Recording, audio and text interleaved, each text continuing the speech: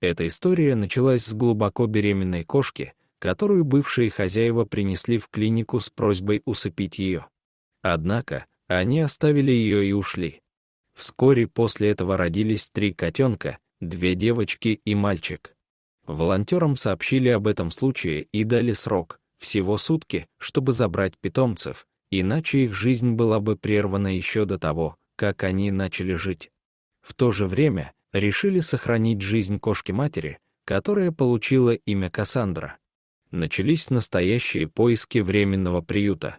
Главное было найти место как можно скорее, а не где именно. Вскоре был найден подходящий временный приют, и питомцы были перевезены туда. Кассандра, мама-кошка, оказалась очень умной. Она понимала, что они живут в гостях, и старалась не доставлять временным хозяевам лишних хлопот. Вскоре временные хозяева попросили забрать всю семью, так как они уезжали в командировку в другой город. Тогда пришлось взять на себя ответственность одной из волонтерок, хотя у нее дома был недавно карантин по поводу лишая. Малышей разместили в отдельной комнате. Постепенно, когда котята подросли и научились самостоятельно есть и ходить в лоток, котятам стали подыскивать новые дома. Первой нашла себе новую семью девочка с недовольной мордочкой. Немного позже мальчик тоже нашел свой новый дом. Остались только Кнопочка и мама-кошка. Кошечку Кассандру стерилизовали и начали искать для нее новую семью. Но прошло довольно много времени, около 8 месяцев, и кандидатов было не так много. Более того, те, кто проявлял интерес, не устраивали куратора, то недостаток выгула, то проблемы с ребенком, то еще что-то.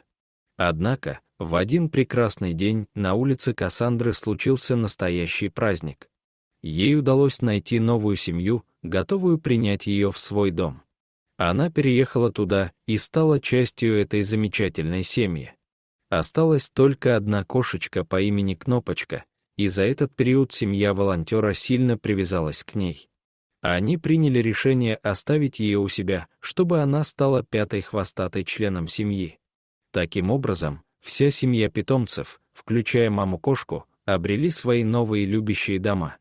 Их история стала примером того, как люди смогли спасти этих беззащитных созданий и дать им шанс на новую жизнь. Благодаря волонтерам и заботливым людям, эти котята получили возможность расти и радовать своих новых владельцев своими игривыми прыжками и мурлыканьем. Если вам понравился этот ролик, то ставьте лайк и подписывайтесь на наш канал. До свидания.